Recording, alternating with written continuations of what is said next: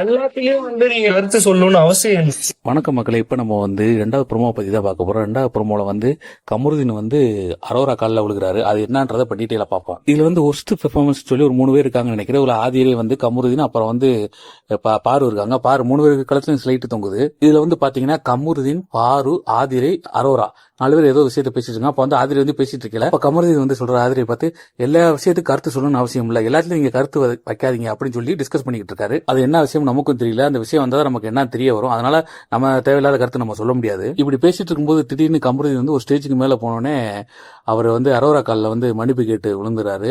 இதை பார்த்த பார்வதியும் அரோராமும் வேணாம் அப்படின்னு தடுக்கிறாங்க. அதுக்கப்புறம் கமருதீன் அரோராட்ட தனியா பேசுறது, இப்போ உனக்கு எல்லாமே ஆதிரை தானே அப்படின்னு தனியா பேசிட்டு இருக்காரு. கமருதீன் அரோராட்ட சொல்றாரு, இப்பதான் புரியுது எனக்கு உண்மைன்ட்டு, நீ சொன்னையா இல்லையான்னு அவங்க கூட சண்டை போட்டுட்டு. பதிலுக்கு அரோரா சொல்றாங்க, உனக்கு அப்படி தோணுச்சுன்னா எதுக்கு இத்தனை நாள் என் கூட ஃப்ரெண்டா பழகுன அப்படின்னு கோபமா கேக்குறாங்க. பதிலுக்கு கமருதீன் நீதாண்டி என்கிட்ட பேசின, என் கூட பேச மாட்டேன்னு எழுதில நீ வைக்கல அப்படின்னு சொல்லிட்டு அவரும் வாக்குவாதம் வைக்கிறாரு. கமருதீன் ஆதிரை உன் மைண்ட்ல போட்டனாலதான் நீ இப்படி பேசுற, யார் ஆதிரை, யார் அவன் ரொம்ப டென்ஷனா கத்த ஆரம்பிச்சிட்டாரு. ஆதிரி அவன் கண்டமணிக்க திட்ட ஆரம்பித்தாரு. இதோட அந்த பிரமோ முடியுது. இதை பத்தி நீங்க என்ன நினைக்கிறீங்க கமெண்ட்ல சொல்லுங்க மக்களே. இன்னொரு வீடியோல பார்க்கலாம். நன்றி, வணக்கம்.